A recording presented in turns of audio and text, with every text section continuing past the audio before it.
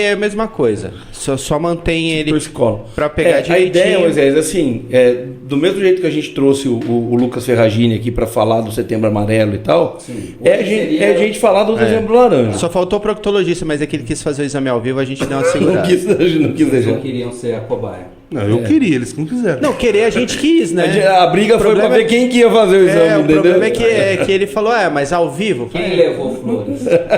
Né? Aí a gente só tem uma regra, não pode pegar ar. Então nem tudo que você... Duas, hoje duas, porque ele tá gravando também. Não pode usar como prova contra a gente.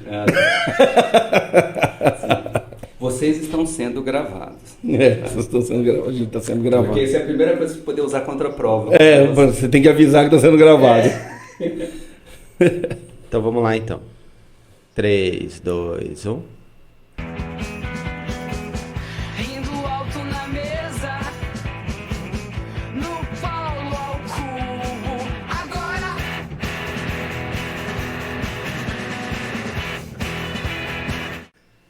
É isso aí, rapaziada. Estamos começando mais um Paulo ao Cubo, diretamente do P3 Studios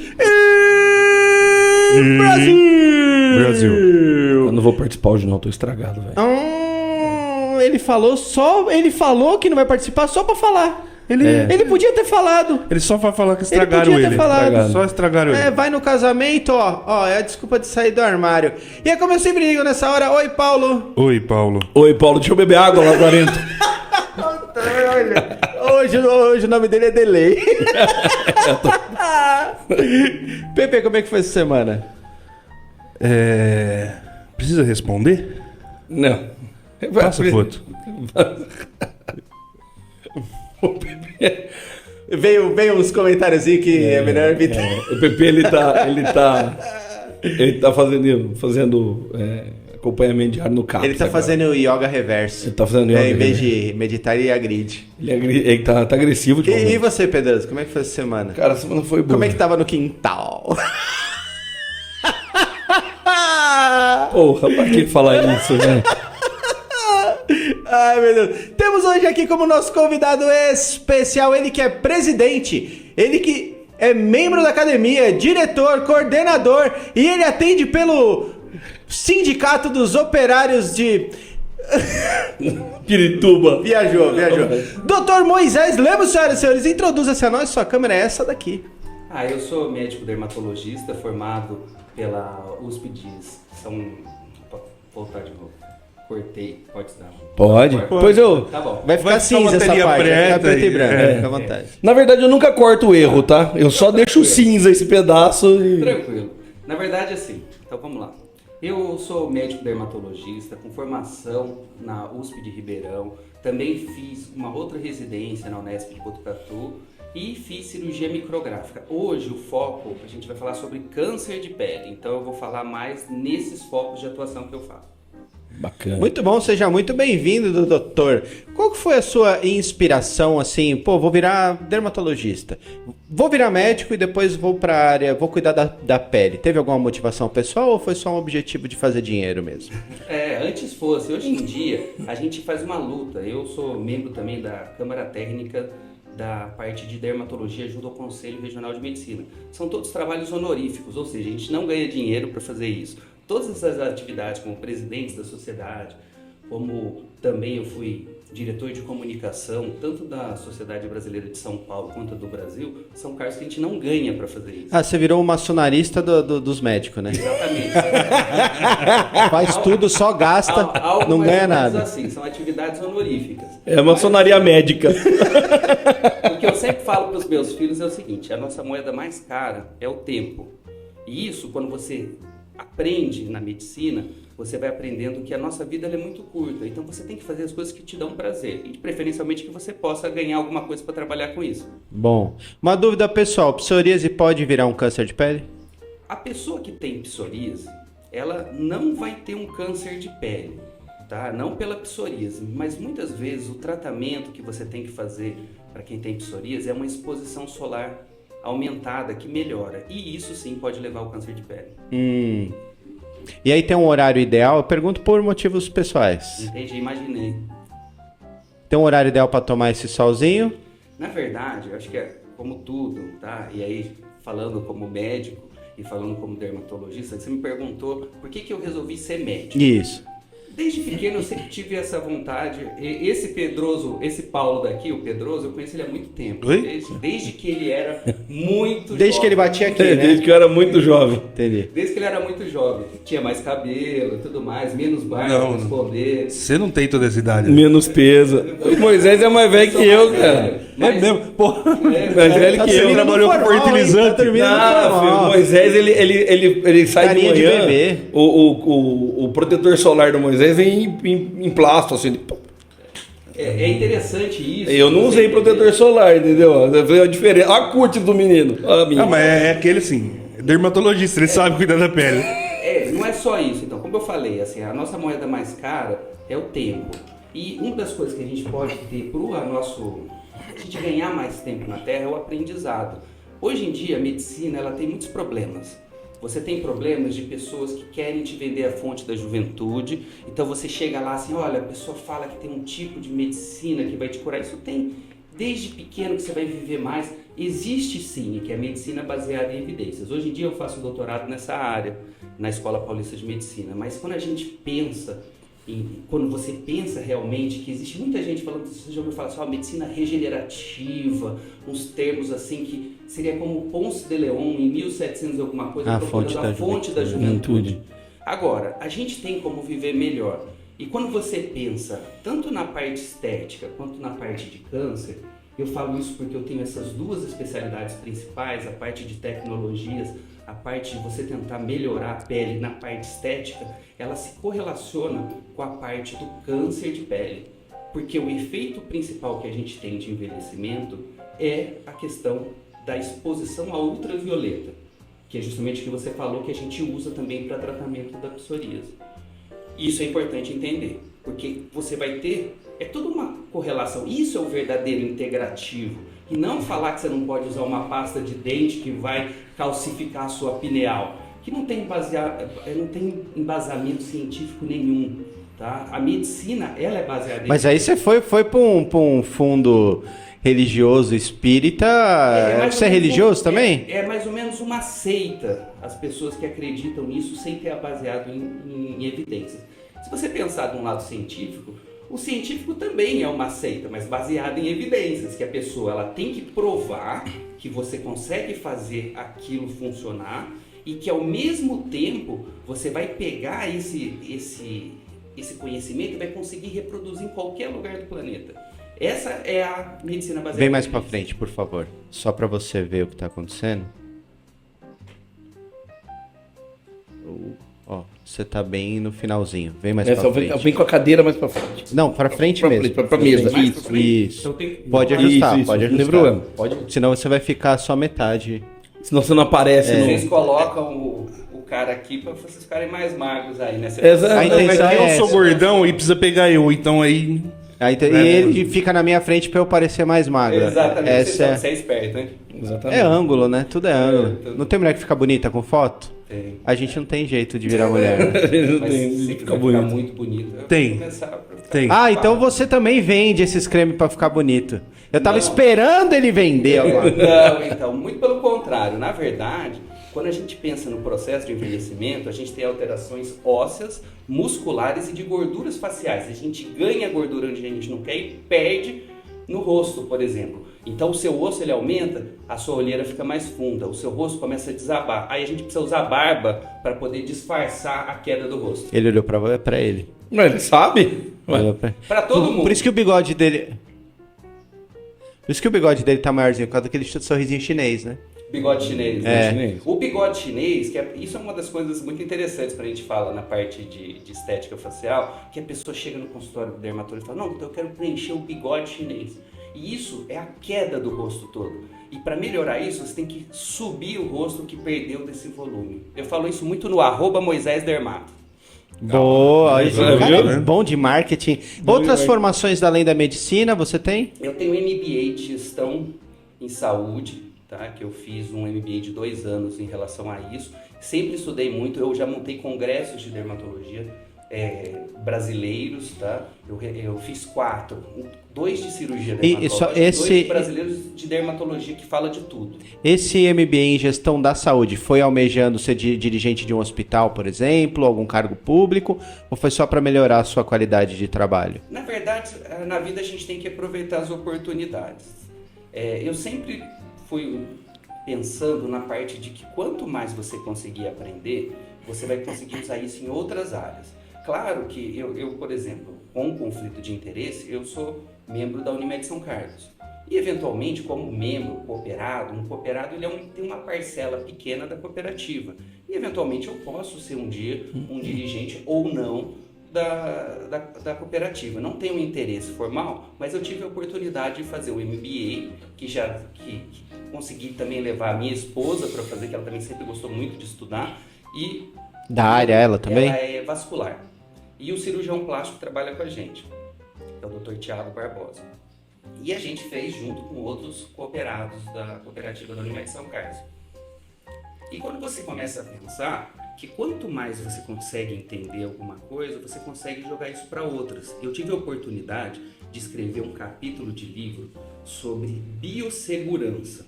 Aí você pensa, quando que eu vou usar a parte de biossegurança, um MBA de gestão clínica em saúde? Tá, quando eu comecei a estudar, você tem, principalmente na parte de laser, a questão ocular. Eu não sei se vocês sabem, mas quando a gente aplica um laser, eu tenho que usar um óculos de proteção. Porque a pessoa, se aquele laser pegar em você, você pode ficar cego. E muitos dos capítulos de livros que eu fui ver, os que já tinham antes para eu poder escrever o meu, que a gente tem que se basear em outras coisas, eu vi que sempre se ligou muito a essa parte da questão ocular. Eu falei, peraí, mas não pode ser só isso. Aí eu fui estudar que a gente tem as regras do Ministério do Trabalho, que eu estudei quando eu fiz o MBA de Gestão em Saúde. Então, eu tive a parte jurídica. E aí, com esse embasamento que a gente chama de hermenêutica jurídica, que é o conhecimento das leis e a sua ordem de posição, porque a gente tem, você tem várias leis, então você tem que saber, por exemplo, um Código Civil, ele é mais importante do que o Estatuto do Idoso ou não? Porque as leis, se elas baterem, vai ser o que tem quem se sobrepõe a hermenêutica jurídica e sempre a nossa Constituição em cima. E aí, quando eu fui estudar isso, eu vi as responsabilidades, por exemplo, que a pessoa tem em relação à sua clínica. E outras questões, como, por exemplo, a questão auditiva, como a questão respiratória. Eu já falava de máscaras há muito tempo antes da gente ter a pandemia. Tá? E tem até uma história engraçada nessa, que na época da pandemia, a gente estava com poucos tipos de máscaras. E eu, como eu já tinha estudado bastante essas máscaras, existiam algumas máscaras que não eram tão bonitas de se sair inicialmente, mas tinha disponível por causa da questão do laser. Eu cheguei até, a gente falou, mas você está usando essa máscara, isso aí não precisa. Você não sabia ainda qual era a gravidade da pandemia. Então, quando você para pensar, você vê que o conhecimento de um MBA de gestão em saúde me ajudou a escrever um capítulo de livro sobre laser, de uma forma diferente do que você via antes. Exatamente. O Moisés, assim, pensando no dezembro laranja, que inclusive é para prevenir, a ideia é prevenir câncer de pele. Cara, quais são os primeiros sintomas, assim? Tipo, apareceu uma mancha esquisita. Zepom. Não vem falar que é cocô. A gente tem um amigo que tem uma mancha esquisita na bunda. A gente queria trazer ele aqui pra você examinar, mas eu não consegui falar com ele essa semana. Você viu muito essa pinta? Não. De posição privilegiada. Inclusive, eu apoiei o dedo em cima dela. Você achou que era leitura biométrica? Tinha que era pra desbloquear. Mas assim, manchas. O que eu tenho que ficar esperto? Eu tô perguntando que você sabe. Eu fui lá outro dia, lembra? Cheguei lá um dia. Cara, fui cortar o cabelo. Não, sério. Cheguei lá outro dia, foi dando no meu aqui pra ver se... Não, fui cortar o cabelo. Pra ver se eu tô com câncer na pele. Moisés falou, cara, mas eu sou dermatologista, proctologista. Eu fui cortar o cabelo, a cabeleireira olhou e falou assim: não quero te assustar não, mas você tem uma mancha na cabeça aí que da outra vez ela tava menor. Então, eu acho interessante o que você falou, e eu queria te falar, a primeira questão que você falou, como faz para prevenir, não é? Então, prevenção do câncer de pele a gente faz normalmente na tenra idade. 80% do sol que a gente pega da vida toda é até os 18 anos. A partir daí, a gente vai tentar pegar menos sol, mas a gente tem 20% de prevenção. Neste caso, quando você pensa nisso, o que você vai parar para pensar? Que você vai ter um diagnóstico precoce. É muito comum chegar no consultório do médico dermatologista, vou deixar claro que apesar das aplicações de botox, tudo mais que eu faço, desde os 27 anos, eu tenho 50 anos, tá? E isso é uma prevenção, mas também tratamentos que a gente faz para tentar reverter, tipo um botox, um laser, que a gente vai trabalhar para a formação de colágeno. Você achar que você tomar um colágeno num pozinho vai para o rosto, não vai, não tem evidência científica.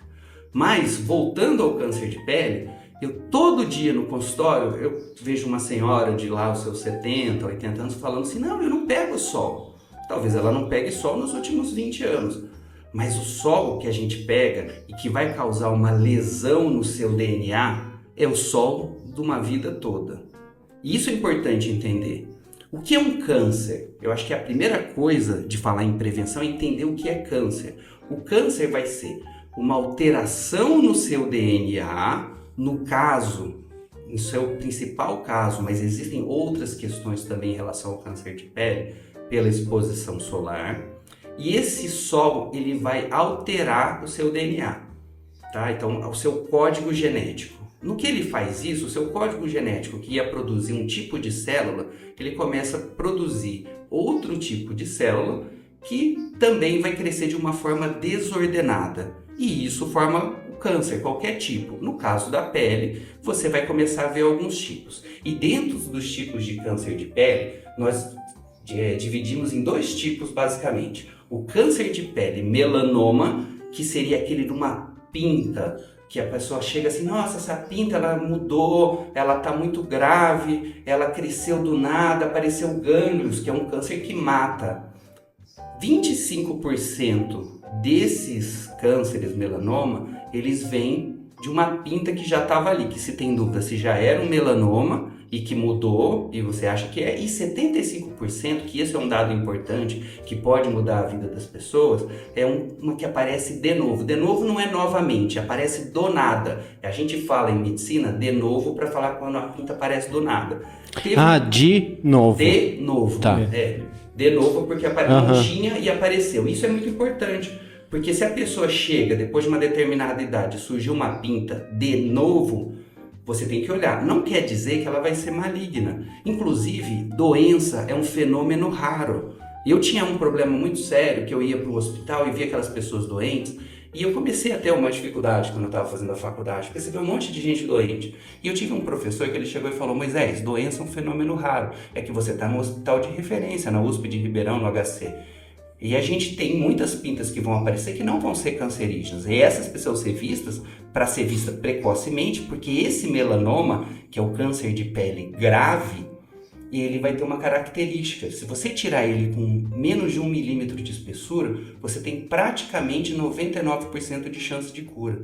E essa cura vai diminuindo drasticamente conforme a espessura. Esse a gente não vê a margem. A sorte que a percentagem dele é menor. Os cânceres mais comuns de pele são o que a gente chama de não melanoma, que chama basocelular e espinocelular. O basocelular, ele é o mais comum. Entendam que 33,333, 1/3 de todos os cânceres que existem são de pele, que fazem diagnóstico todo ano, tá? Então a incidência de câncer, que é um cânceres que aparecem todos os anos, é o câncer de pele. E desses, graças a Deus, que é esse menos grave, que é o basocelular e o espinocelular. Mas tem uma percentagem menor, mas que é um câncer muito grave, um dos mais graves que tem, que é o melanoma. Do basocelular e espinocelular, a cirurgia, ela costuma ser curativa. Depende de vários fatores, como tamanho, localização, que são os critérios de você ser um câncer mais agressivo. E os critérios histopatológicos, que é o que você vai olhar para ver o subtipo desses cânceres. O basocelular é basicamente pela exposição solar. O espinocelular, ele tem alguns fatores que pioram muito, como o cigarro, o trabalho com substâncias químicas que podem desenvolver queimaduras. Uma pessoa que teve queimaduras extensas, ela tem que ter um controle mais próximo. E também imunossupressão. Pessoas que fizeram um transplante de rim, por exemplo, e tem que tomar um remédio que causa imunossupressão. Isso também pode facilitar o aparecimento do câncer. Engraçado, doença é um fenômeno raro, né, cara? E a gente, assim... Então, no seu caso, é frescura. Não, mas, cara, eu nunca tinha parado pra pensar nessa perspectiva. Porque é mesmo, porque assim, a grande maioria dos 7 bilhões de habitantes do mundo são saudáveis. De alguma forma, assim, né? Tem uma coisa, mas e aí a gente foca no pessoal que tá mal, porque é o que causa medo, é o que causa... Sim. Isso mas não era, não, viu? Porque a pinta que tem aqui, ele falou pra mim que é de idade. É de velho. Acúmulo de juventude, como dizia meu pai. Aquelas pintas vermelhas que às vezes a gente vai no dermo pra ele queimar elas. Como que é o nome daquelas pintinhas vermelhas? Olha, provavelmente o que você está falando chama nevo rubi. Isso, essa parada aí. Como que ela surge? Eu particularmente... Ela origina, vira um câncer? O jeito de tirar o nevo rubi é o tratamento com o laser. Quando a gente fala de física, é uma das questões que eu realmente gosto. Eu gosto muito de estudar. Sempre gostei, mas a física ela tem umas características bem legais. Uma delas é um fenômeno chamado fototermólise seletiva. O que significa isso? Eu ponho de exemplo, e tenho algumas vezes, vou republicar no meu Instagram para vocês, se vocês quiserem ver, que é o seguinte, é você pegar uma bexiga preta, coloca ela dentro de uma bexiga transparente e você joga para o ar. E aí você pega o laser e dispara. E eu consigo estourar a de dentro sem estourar a de fora. Por quê? Porque eu vou pegar um cromóforo alvo. No caso, o nevo rubi, a gente consegue fazer isso. Eu consigo jogar um laser específico que eu consigo queimá-lo sem machucar tanto a pele e deixar menos cicatrizes. E isso a gente consegue também para manchinha de mão, que a gente também usa aí a melanina ao invés da hemoglobina. E isso é bem interessante, que aí você consegue ter um resultado satisfatório, estético e bom. Entendi. Mas ela não origina um câncer, ela... Se for um nevo rubi, sim. A questão é o seguinte, toda a base de tratamento é o diagnóstico. Se você partir do pressuposto que essa pintinha é benigna, ok. O problema é que a gente tem vários subtipos. Por exemplo, o melanoma. Quando você pensa em melanoma, você pensa numa pinta, né? Uma pinta preta que a pessoa tem, né? Mas vou te contar um segredo. Existe um tipo de melanoma chamado melanoma amelanótico. E aí vai por terra esse entendimento. Na minha infância eu tirei uma bem grande das costas. Eu tinha uns 7 anos. Tirou bem grande das costas do quê? Porque a gente tem vários tipos. Não sei explicar. Era uma pinta preta bem grande nas costas. E aí um dia eu tava coçando, minha mãe... Tá coçando? Eu falei, tá, vamos tirar. Saco, foi essa a ideia. Isso não é uma necessidade. A questão da avaliação de pintas, a gente tem alguns critérios. Primeiro é o diagnóstico do subtipo. Então, quando você pensa num melanoma, você vai pensar num nevo que a gente chama de melanocítico. Muitas vezes a pessoa chega no consultório, isso é no dia a dia, né? Eu falo 2, 3 vezes por período, não é nem por dia. A pessoa chega, olha, eu tô com uma pinta que cresceu e ela coça, exatamente o que você falou. E não necessariamente ela precisa ser retirada. E aí a gente faz um exame especial que revolucionou a dermatologia, que se chama dermatoscopia. A gente fez esse exame? Fez. Isso. E o que é isso? É um aparelho que eu coloco que parece uma lupa, mas ele não é uma lupa, ele aumenta em 10 vezes o tamanho da pinta e além de aumentar, pelo contato, pelo tipo de luz, a gente entra na física, que é a luz polarizada, eu vejo abaixo da camada superficial da pele. E no exame de 5 segundos, eu consigo avaliar se existe um risco maior que precisa tirar aquela pinta ou não. Apenas com esse exame. Esse exame não é um exame antigo, é um exame relativamente novo, a gente tem nos últimos 20 anos.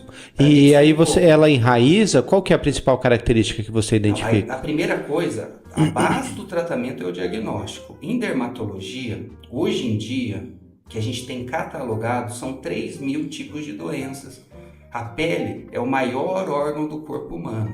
a base do tratamento é o diagnóstico. E uma das coisas muito engraçadas e tristes no meu caso é que às vezes eu faço o diagnóstico em segundos e a pessoa fala assim: você só olhando você sabe o diagnóstico? Muitas vezes sim. E às vezes a pessoa acha o médico inclusive arrogante e soberbo porque ele fala que aquilo que ela acha que naquela pesquisa de 2 horas na internet que ela olhou... 2 horas, doutor? 2 horas. É uma googlada, velho. É uma googlada. O Google, A diferença, dona Maria, é que eu estudei pra isso. A senhora faz o quê? Costureira, filha da p... Então, não é dessa forma, mas assim... Oscar, que puto. Você chega assim, olha, e olha que a gente tenta chegar, assim, o gato subiu no telhado. Olha, eu entendo que a senhora...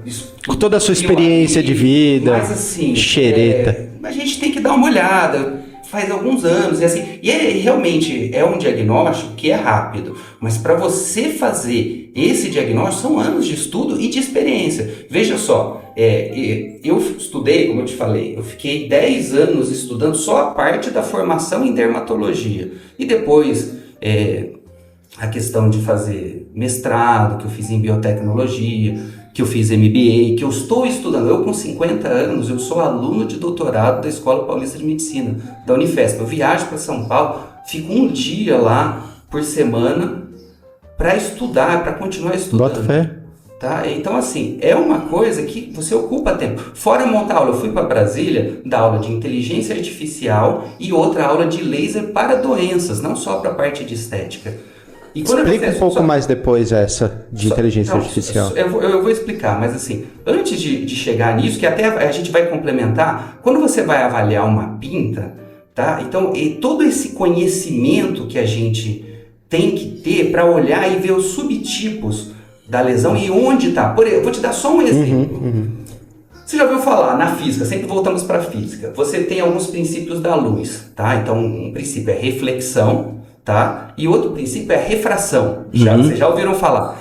Tá? E existe um outro que quando você vai para a praia e você fica embaixo do guarda-sol e ali, além de passar um pouco da radiação ali pelo guarda-sol, a menos que ele tenha uma proteção UV, você sente o tal do mormaço, não sente? Então são os 3 princípios da física: reflexão, refração e o último que é a irradiação. A irradiação é o mormaço, que é aquele calor que você sente mesmo embaixo do guarda-sol, guarda-chuva que você tá. É o famoso, né? Parece que não queima, mas queima. Vulgo PP.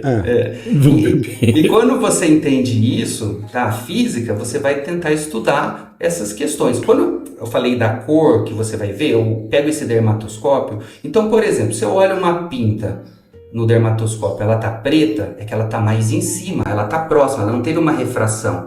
E conforme ela vai descendo na pele, ficando mais enraizada, ou o melanócito, que é a célula que produz a melanina, tá fora da posição que ela deveria estar, e aí ela pode ser um câncer, eu vou olhar e ela vai estar azul.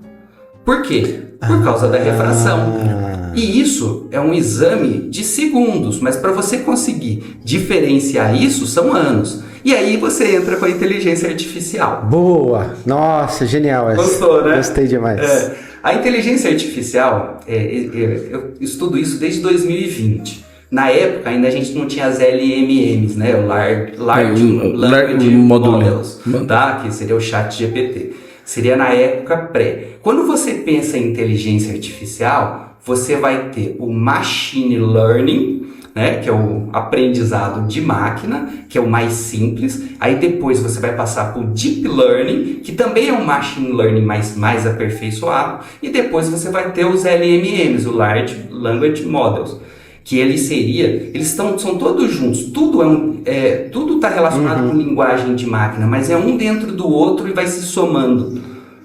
Quando você tem isso, dentro da medicina começou a se estudar se isso era possível para poder trabalhar com descoberta de lesões. Eu tive a oportunidade, como eu te falei, eu sempre gostei de estudar e também era ruim de grana quando eu era mais novo. Eu morei numa moradia estudantil dentro da USP de Ribeirão. Era a casa do estudante de medicina. Quando eu comecei a estudar lá, eu comecei a ver que quando você fazia pesquisa, você podia ganhar uma bolsa de estudos.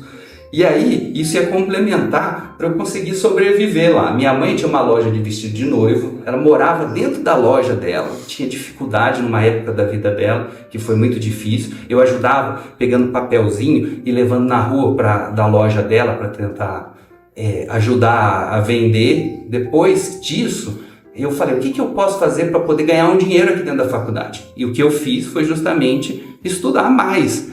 Fiz trabalhos com gambá e para poder juntar com isso, que esse eu fazia, foi o começo, fiz trabalho na pediatria e aí eu fui trabalhar na física médica, que nessa parte a gente começou a estudar as mamografias. Na mamografia existem uns métodos, como você tem uma imagem, é mais fácil de você procurar. E nessa época, estou falando assim, de 20 anos até 1999, 98 para 99, já tinham trabalhos mostrando que para a mamografia, através da inteligência artificial, ainda que era uma coisa mais simples, você conseguia identificar o câncer de mama, naquela época.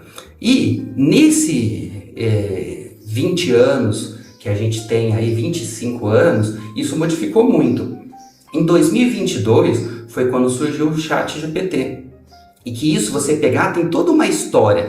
Em 1948, se eu não me engano, eu não sei se é 47 ou 1948, você teve o primeiro computador, que foi o ENIAC, que era um computador imenso, que ficava num andar de um prédio inteiro, todo ele resfriado em válvula, para você fazer alguns cálculos. E na inteligência artificial, o primeiro teste que você faz é um teste para você ver. Você coloca 3 pessoas, uma pessoa que é o juiz, e uma pessoa e a inteligência artificial. E esse juiz tem que mandar perguntas, a inteligência artificial e a pessoa vão responder, e pelas respostas o juiz ele tem que tentar descobrir qual que é o humano e qual que é a máquina. E o teste dá positivo quando ele não consegue diferenciar, quando a máquina engana. E isso no decorrer do tempo.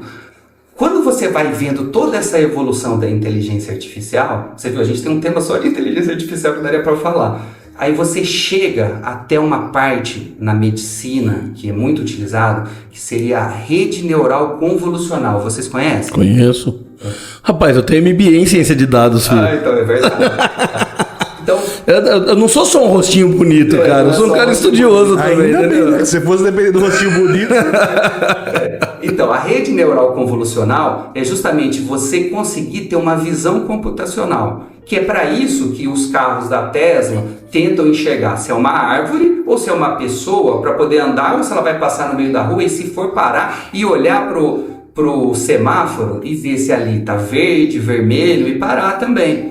Nesse conjunto todo, você consegue transferir essa visão computacional para as lesões de pele, com uma diferença em relação aos exames. Quando você faz uma mamografia, é um exame que ele é bidimensional, que você vai olhar e vai ser muito mais fácil. Quando você vai olhar uma pinta, você tem todo o critério que você tem quando você olha essa pinta, para ver se essa pinta ela realmente vai ser maligna, benigna, e ela é tridimensional. Existe toda uma tendência futurística que a gente vai ter em relação a isso, se no futuro você utilizando óculos, tá, como o Orion, que é o óculos da Meta, que é muito difícil ainda pelo preço, que sairia mais de $10 mil o custo dele, você conseguir olhar para aquela pinta e a sua própria inteligência artificial através desse método da rede neural convolucional que você faz a identificação, ver se aquilo é maligno ou benigno. Nós já temos, os índices ainda são baixos. Quando você olha um trabalho científico, para isso que eu estudo a medicina baseada em evidências, como você diz, para não ser uma seita sem um conhecimento específico e que você não consiga reproduzir, se você pega um trabalho científico da empresa que está desenvolvendo uma tecnologia, você vai ter um conflito de interesse. Aí ele fala, nossa, olha, a gente consegue ver melhor que o médico especialista. Aí quando você pega um trabalho que vai ser bem feito, que você vai ter que ter uma metodologia adequada, com o que a gente chama de espaço amostral, que é um N, uma quantidade melhor, você vê que existe uma melhora, que você consegue através de um software fazer uma descoberta de um tumor, mas que ele ainda não é melhor que um especialista, mas já é um grande passo. Porque você pode pegar um médico não especialista numa região em que você não tem, porque você demora anos para formar um especialista, e esse especialista, depois que estuda 10, 15 anos, ele precisa de mais 10, 20 anos para se tornar experiente. Apesar de ter um médico especialista, ele tem também um período de aprendizado, tá? E vai ter uma melhora com esse ganho, se ele continuar se desenvolvendo, tendo experiência, tendo erros. E quando você pega um software que vai fazer isso com equipamento, você vai ter um resultado, às vezes, melhor que um clínico que não sabe absolutamente nada, tá? E você pode trabalhar o que a gente fala de sensibilidade e especificidade. É muito melhor você ter um falso positivo, fala assim, eu acho que esse é um tumor. Do que um falso negativo. Do que um falso negativo. E aí você faz o que a gente chama de curva de Hock, que é uma curva que você pega por dados matemáticos e vai colocar, olha, eu quero que a minha curva eu tenha mais falsos positivos do que falsos negativos. E aí você faz um screening. E aí depois desse screening você diminui e aí você leva para o especialista. E isso você consegue juntar desde a parte do câncer, a parte de tecnologias e até, eventualmente, até a parte de tratamento com a medicina robótica do futuro. Caralho! Curva Rock. Pô, então você acredita que a gente está evoluindo para um futuro próximo, até, vamos falar, uns 2, 3 anos, para que seja possível com a IA eu identificar próximo de 100%, ó, isso aqui realmente é um melanoma, isso aqui tem que ser tratado e o tipo de tratamento é esse aqui. Não que ele vá substituir o médico de maneira nenhuma, mas que ele vá apoiar nesse nível de acuidade? Quando você fala de inteligência artificial, a gente tem a inteligência artificial baixa, né, de baixo suporte, que é a que a gente tem hoje. Mesmo o ChatGPT é considerado, ela é de baixa. E você tem a inteligência artificial superior, que vai ser quando você tiver, tipo, aqui eu não lembro o nome, mas no Star Trek, que ficou no lugar do Spock, que é um robô. Que ele... O Data. Isso. Que é do New Generation. Isso, do Picard, Então, que ele tem essa característica, ele já pensa. Então a gente imagina que vai ser assim. A gente tem um ChatGPT e esse crescimento é logarítmico. No dia que a gente tiver, eles chamam de inteligência artificial geral, que a gente não tem inteligência artificial geral, vai ser aquela inteligência artificial que ela vai conseguir emular o ser humano. Quando você tiver essa inteligência artificial, ela pode criar a superinteligência, que é a Skynet, que vai matar todo mundo. É isso aí. Essa que é Esperamos ansiosos esse dia. Então, essa que é a discussão. Mas como você falar se vai ser daqui a 2 anos, ou daqui a 10, ou daqui a 100, fica difícil, porque aí vai ser um crescimento de conhecimento logarítmico. E a gente pode realmente, de repente, chegar muito antes do que se imagina nessa inteligência artificial geral. E ela já vai ser tão rápida que ela vai construir a superinteligência. E que pode ser usado para o bem ou para o mal. Mas na história da humanidade, quando a gente aí vai sair do tema e entrar, por exemplo, você fala, e se a gente descobrisse vida em outros planetas? Se chegasse uma vida de outro planeta e chegasse no planeta Terra, e pela história que a gente tem da humanidade, todas as culturas que são superiores, elas chegam e destroem as anteriores. Talvez, se isso acontecer com um ser extraterrestre ou com uma inteligência artificial, existe uma chance da gente não ter um futuro. Se você me perguntar, você acha que a inteligência artificial vai poder ajudar o médico? Vai ser, não vai ser superior. Eu acho que um dia ela vai ser superior.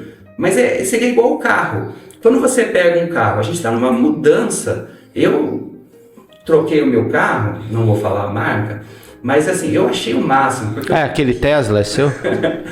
Uma das coisas que eu achei muito interessante é que hoje em dia você tem uns sistemas que você consegue identificar o carro da frente e diminuir a velocidade. Então eu sou um cara que eu não acho que os 110 km é a velocidade mínima. Eu acho que é a velocidade máxima que é a que eu vou.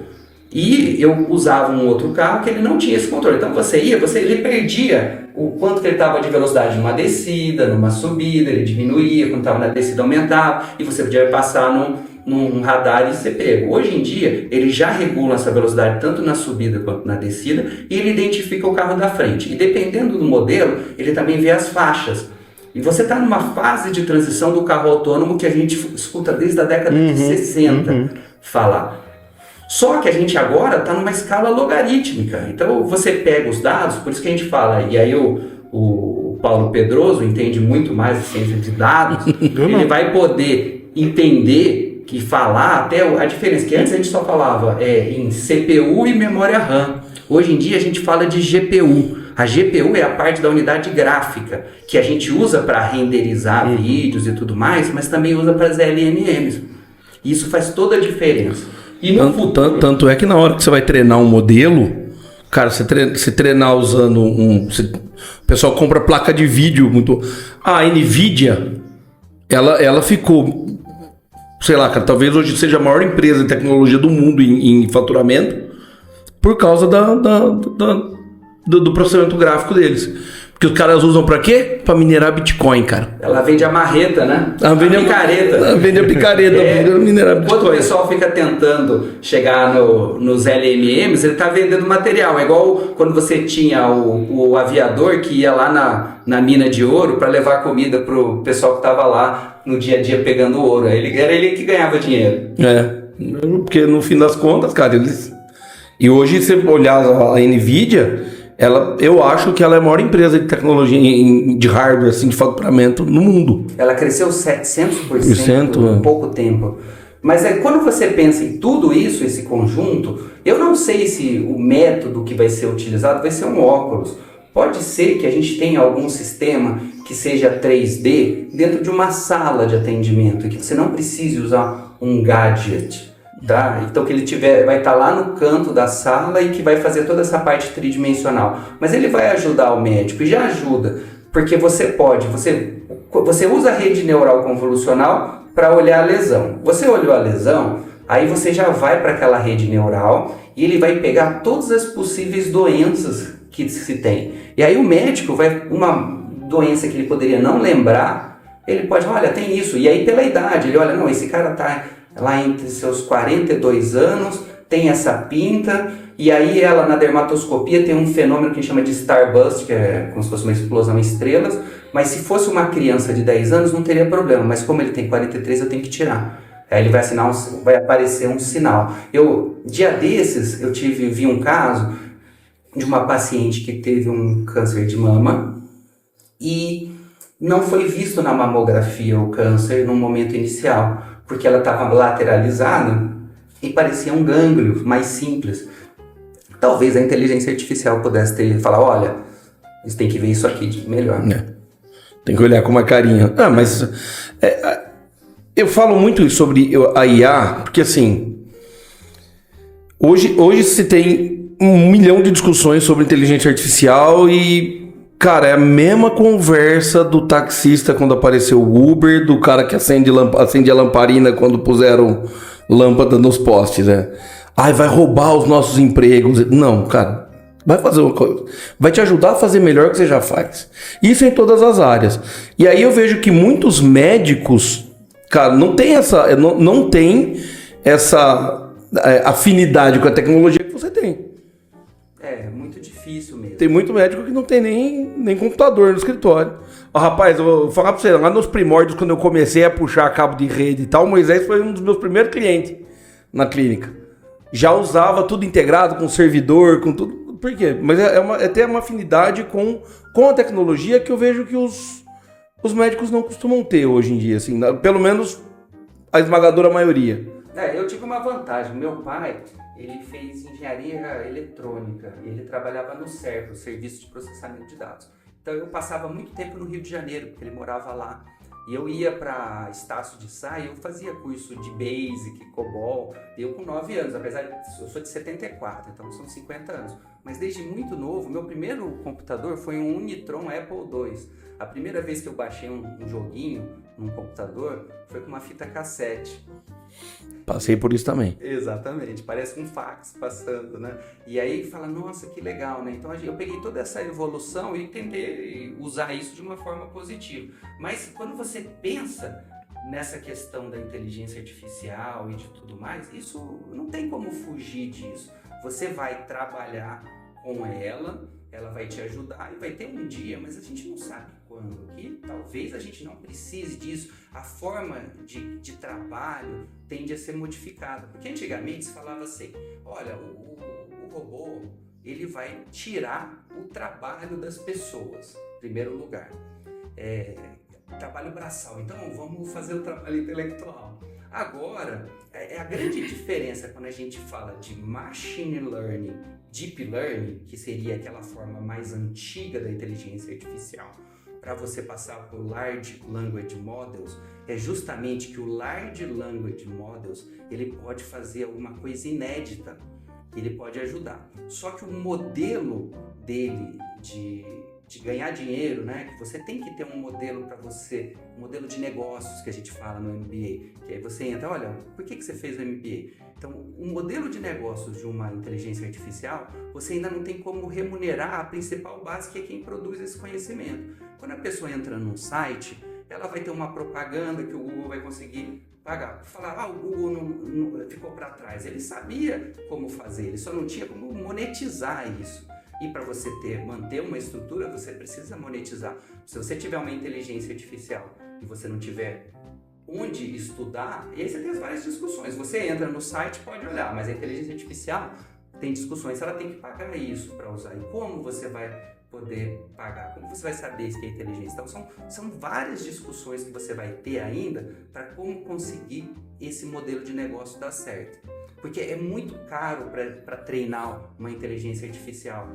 Muitas coisas se falam, o ChatGPT pode ser até que ele consiga se desenvolver, mas não sei se ele vai conseguir monetizar isso. E até lá pode ser que surja uma outra ideia, ou até uma própria inteligência artificial que vai conseguir fazer isso sozinho. Então a gente não sabe ainda, mas tem muita coisa por vir. Mas um dia, com certeza, num futuro que a gente não sabe pela escala logarítmica de conhecimento. Mas voltando ao câncer de pele, tá? Porque se for falar, a gente pode falar sobre vários assuntos, inclusive de vinho. Eu sou sommelier também, tá? Eu também. Mas ele é de rola. Sommelier de rola. Não, de vinho. Então eu gosto muito do assunto também. Mas assim, quando você fala em câncer de pele, a gente tem como fazer o diagnóstico da parte da inteligência artificial, que você pode usar. Existem já alguns equipamentos que são muito caros, mas ainda não estão numa qualidade superior à de um especialista. E esse diagnóstico, quanto mais precoce, melhor. Por isso, em termos práticos, quando a gente pensa no dezembro laranja, todas as pintas que aparecem novas, elas devem ser avaliadas. Não quer dizer que elas precisam ser retiradas. Eu já recebi até processo no CRM, porque eu falei, olha, você não precisa... Processo não, é assim, a pessoa entra com uma sindicância, é o termo correto. A pessoa fala, o médico não quis tirar a minha pinta. Mas não era nenhuma pinta, era uma queratose seborreica, que é uma lesão benigna, que não tem risco. Eu falei assim, olha, não tem necessidade, se você quiser a gente pode tirar. Mas ela, mas vai virar câncer, mas não tem... Quem te falou isso? Quem estudou aqui de nós dois? 2 pessoas estão aqui, quem estudou de nós dois, idiota? Você não pode reagir desse jeito, né? E falar pra retardada. Às vezes a vontade dá, mas a gente... Mas tem que segurar, né, doutor? Tem que segurar. Entendeu? Às vezes dá vontade, mas a gente tem que segurar. É claro que a gente tem igualdade, nós somos seres humanos, né? Muitas vezes as pessoas elas querem que o médico se porte como Deus. Ele não é, ele é um ser humano. Ele precisa comer, precisa ir ao banheiro, tá? Ele precisa tirar dúvidas, porque a pessoa que acha que sabe tudo, essa aí ela não tem... É a que vai entrar com a sindicância. Pode ser. Qual que é a arroba dela aqui? Só pra gente ofender ela. Só pra gente chamar ela. Só pra gente chamar ela aqui. Aí a gente vai naquela ideia de vida, que a gente tem que tentar se melhorar. Você vai tentar estudar mais, tentar conseguir entender melhor a vida e entender que a gente tem um tempo curto no nosso planeta, tá? O que é um ser humano? O homem já vive menos, tá? A média do homem são anos a menos que as mulheres. Digamos que você, em média, vai viver 72 anos. Em média, né? Tô falando daquele cara que é magrinho, que faz atividade física. Aí, essa pra você. Tá? Aqui ninguém aqui tá dentro ofensa gratuita. Ofensa gratuita. Ou seja, 72. Você convidou o cara, isso quer dizer assim, ó. Tá vendo? Ele falar que você vai morrer. Eu sou o único que não cheguei nos 40 e tô quase. Ou seja, todo mundo aqui já tem mais passado que futuro, entendeu? A partir dos 50 eu falei isso. Agora a gente tem mais passado do que futuro. Só que você pegando isso e entendendo, você vai entender que o ser humano no planeta Terra, ele tem 200 mil anos em relação à ciência. E o planeta Terra tem 5 bilhões de anos. O ser humano no planeta Terra é um piscar de olhos. Então a gente não é nada. Por isso, a gente tem que viver, isso eu falo para meus filhos todo dia. Todo dia como se não houvesse um amanhã. E você não precisa ter uma crença religiosa para saber que você vai conseguir fazer isso fazendo bem. Meteu Tá aí, ó. Viva como se não houvesse amanhã. Mete o louco, Pepe. Meu irmão, Era a desculpa que você precisava. se eu viver como se não houver amanhã, provavelmente não haverá. Né? Aquele rolê. Eu não sei brincar. Moisés, eu outro dia eu tava vendo, vídeos que a gente recebe, né? E aí, cara, veio um vídeo daquele programa Namoro na TV. E aí uma galera, velho, que você falava assim, mano, é um povo de 60 anos. E aí o cara Quantos tem anos? 20. É verdade, eu já vi esse vídeo. Você já viu esse vídeo, cara? Já é bem comum. E se a gente for olhar, isso não é uma distância grande, cara. A gente tá falando o quê? Final da década de 80? Começo de 90 também. O que mudou tanto? Assim, a evolução da medicina que fez com que a gente... Ou a gente não tem essa percepção, a gente já tinha essa cara de estragado também e não percebia? São várias questões. Acho que a primeira questão é o tipo de roupa que a pessoa usa e a questão do cabelo. Isso faz diferença. Tá, para quem tem, né? Para quem tem. Essa foi pra você. Então, que também dá para tratar enquanto tem, tá? O médico dermatologista... Você consegue me ajudar com isso aqui? Dá para ajudar. E não ter mais. Que eu preferia. Ó, eu tenho cabelo hoje ainda, o pouco que eu tenho, porque ele me receitou um bagulho que me deixava broxa, mas... Mas você começa a atender por trás, velho. Não, eu não ando com o pau pra fora na rua, eu quero ter cabelo. Quem vai sofrer com a minha broxidão é só a mãe ter. Aí eu tomava isso de 8... é o que você acha, eu tomava de 8 em 8 horas, que era pra dar um sossego pra mãe, entendeu? Entendi. Tá, isso também é um outro mito, né? A questão de tem medicações que podem ter algum efeito, mas a grande maioria eu também tomo, tá? Você toma até hoje? Até hoje. Mas faz efeito depois? Tô perguntando porque assim, eu ouvi falar que o pessoal falando assim, cara, depois dos 40 isso não faz mais efeito. Mas assim, ó, eu nunca Eu falei. Não foi. É caro esse remédio? É caro? Não é Nada. caro, Então, só que mas- assim, você tem que fazer exame e um acompanhamento. É possível. Hoje em dia tem. É possível ter os efeitos colaterais sem nunca ter tomado?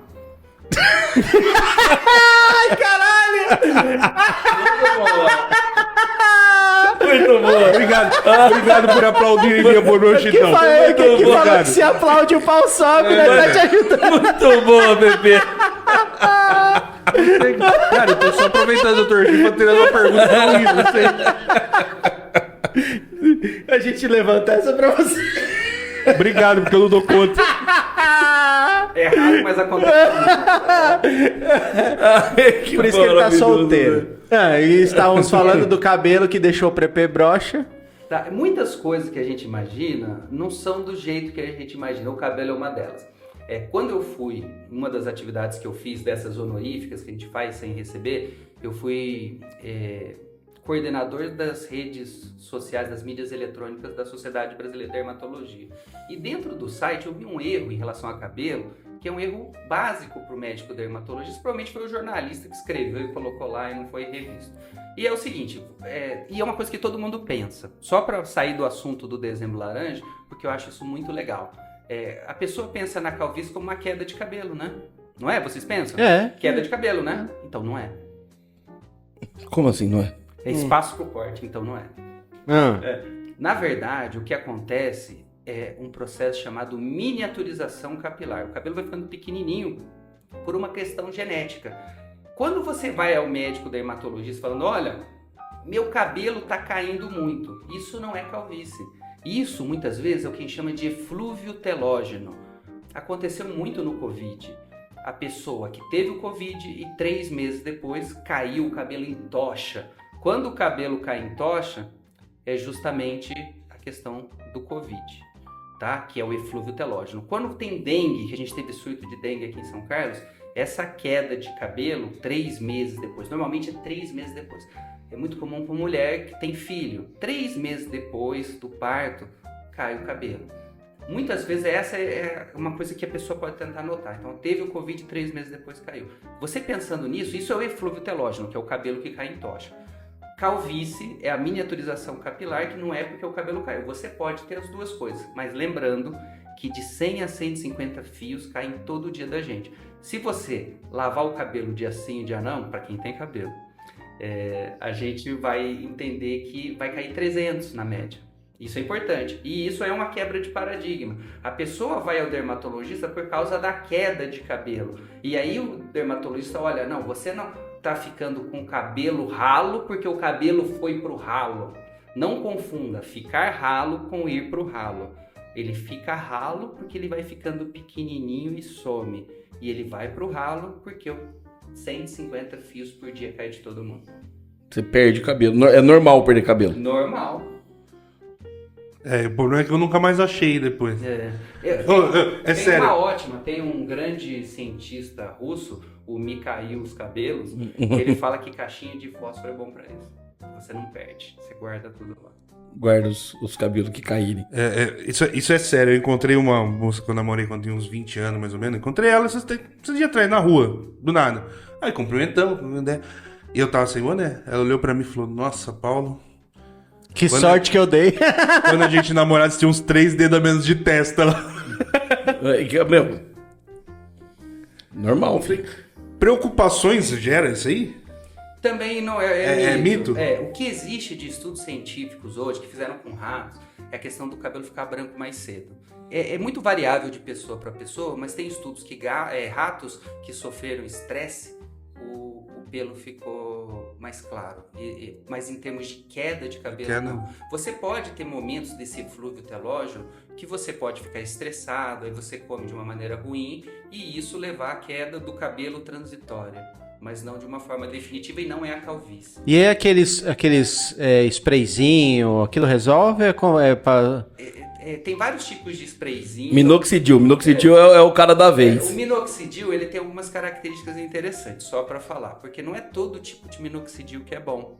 Tá? Você tem alguns subtipos de minoxidil que não funcionam. Às vezes a pessoa vai comprar pela internet e ela fala assim, olha, eu comprei um que é um minoxidil strong, ele tem uma concentração muito maior e às vezes é do subtipo, que quando você pensa, aí é uma outra discussão, é química, a gente sai da física. Vocês lembram da mistura racêmica?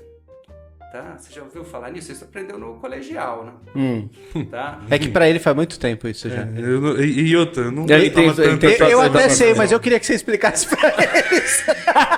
Eu não prestava tanta atenção na aula assim, ensino médio. Você tinha os levógeros e os destrógeros. Tá? Que você vai ter, na verdade, quando você pensa numa substância química, você vai ter uma estrutura tridimensional. Por isso que essa estrutura química ela vai agir num receptor dentro da célula. Por isso tem muitas discussões, fala assim, eu uso um remédio que é baseado em energia, se isso vai funcionar. Porque ele não tem o processo químico que vai chegar lá. Tá? Então tem até isso aí, a gente é um podcast, 10 podcasts só para falar sobre medicação, mas basicamente você pode ter pode ser um minoxidil, mas dependendo do tipo de minoxidil, aquela estrutura não vai ativar o receptor que a gente quer, que ainda é desconhecido, mas que não seria o ideal, que às vezes é mais fácil. Por exemplo, a pessoa vai manipular um produto ou vai comprar pela internet, às vezes está usando minoxidil, mas é um tipo de sal que não vai ter um efeito para isso. Isso é interessante saber também. E às vezes a pessoa tem efeitos colaterais que a pessoa precisa saber para ver qual é a melhor medicação que vai usar. E às vezes até fazer procedimentos específicos que a gente faz junto. Às vezes com tecnologias de luz que estimulam o crescimento de cabelo e às vezes com aplicações locais no couro cabeludo, que a gente faz essas associações. Eu ia fazer uma outra pergunta do minoxidil. Existe algum estudo correlacionando, por exemplo, o uso de minoxidil com o surgimento de câncer de pele? Olha, só pra galera que usa indiscriminadamente, assim. De uma forma tão objetiva, não. O que existe associado é uma medicação de pressão arterial com melanoma, que chama hidroclorotiazida, que ela tem uns outros problemas também. E é uma medicação que se usa muito no dia a dia, mas também são estudos que foram feitos com N baixo. Por isso que, quando a gente fala em medicina baseada em evidências, a gente não consegue realmente fazer uma associação de causa e efeito. Por isso que é muito importante, quando a gente fala assim, qual é a sua você não acredita, você está indo mais para um lado religioso da medicina. Não, o médico, ele pode até acreditar, por exemplo, que se fizer uma yoga vai ser bom para o seu paciente. Mas ele, como médico, o que ele tem que entregar, ou deveria, seria a medicina baseada em evidências. Seria você chegar e não falar o que você pensa, e sim o que é ciência. Mas a ciência também, ela é mutável.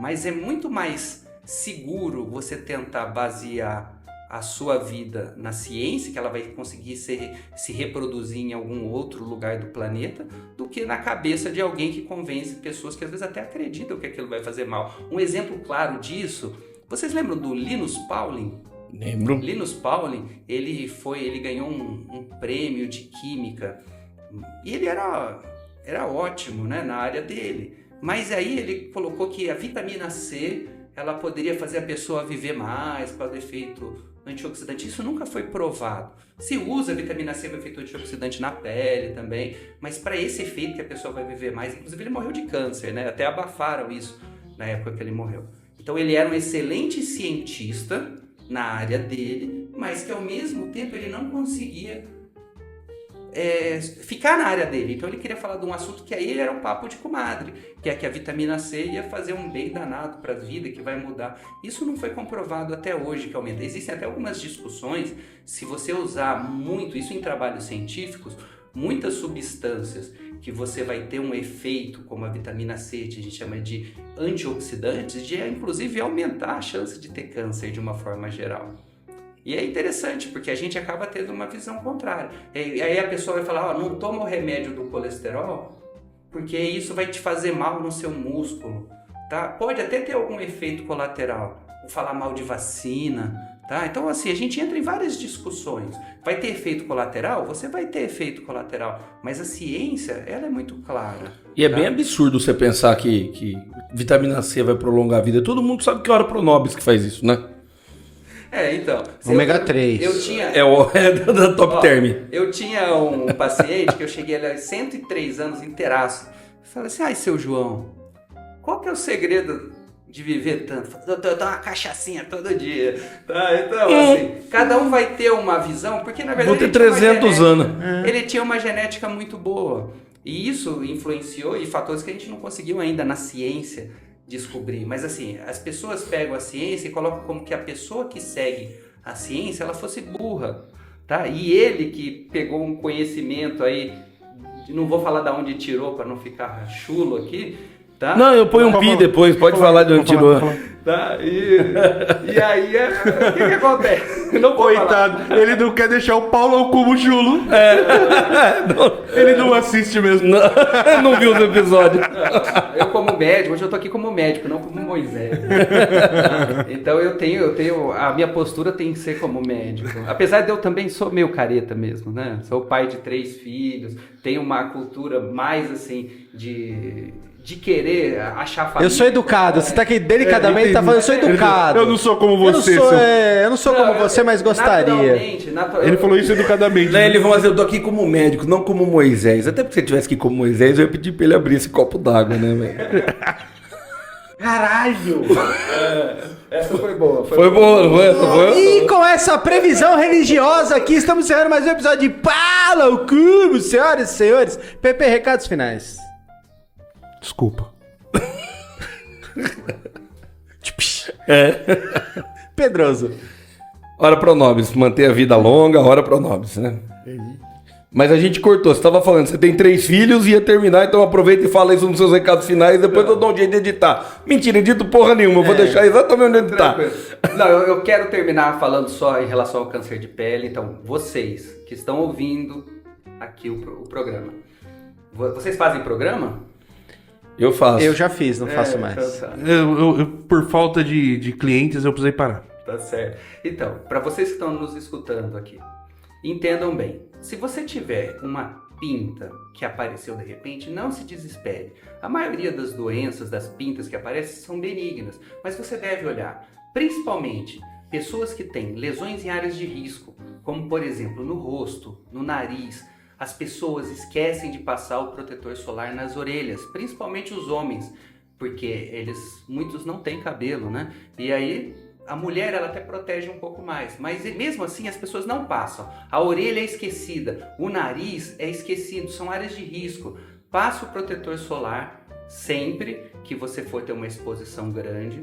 Você precisar falar, eu tomo sol por causa da minha vitamina D. Então, todo dia às 9 da manhã eu vou lá e pego o sol. Esse não tem vitamina D. O sol da vitamina D é das 10 até as 15 horas. Mas, muitas vezes, os estudos demonstram que é melhor você fazer a reposição oral da vitamina D. O protetor solar tem uma quantidade certa. Pergunte para o seu dermatologista qual é essa quantidade. Use roupas com fator de proteção, que isso é importante no dia a dia. Se você encontrar um doido usando um boné com uma aba lateral igual a do Chaves, ou uma blusa comprida que cobre o braço, esse cara sou eu. Cuide-se.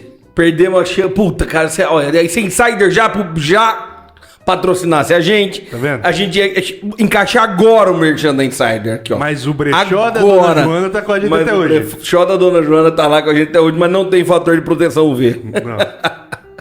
É isso aí, senhoras e senhores. Meu nome é Paulo Gonçalves, eu sou o Caramelo Total. Não deixe de dar aquela escrevinhadinha no canal, compartilhar com a rapaziada, deixar aquele like, marotes. E pra você que gosta de dar risada, Solta a vinheta, tonelada.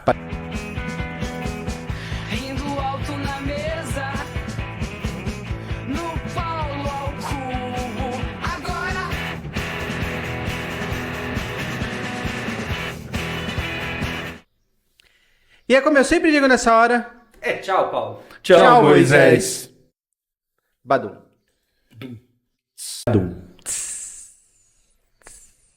Ó, aí agora é o seguinte. Aí eu vou falar pra você. Tchau, Moisés. Não. É como eu sempre digo nessa hora. E é como eu sempre... Caralho, o que tá acontecendo? Você tá desaprendendo? Tô esquecendo. E é como eu sempre digo nessa hora, aí você fala tchau, Paulo.